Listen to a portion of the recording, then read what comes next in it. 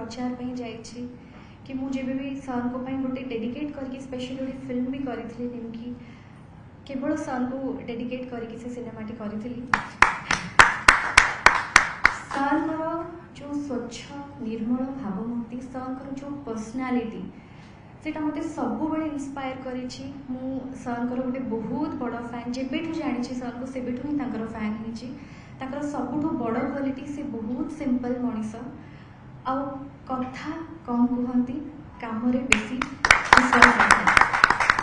से गुणटी बहुत बड़ गुण ता छड़ा से क्या विरोध में केवे कहते और सर कार्य ही सब बड़े कथा कहे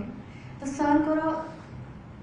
ओडिशा पे जो अवदान अच्छे ता अतुलनीय सर होती अप्रतिद्वंदी केवल मो नुहे सर समस्त आदर्श और एमती जड़े मनीष जी जड़े श्रेष्ठ मनीष जे एत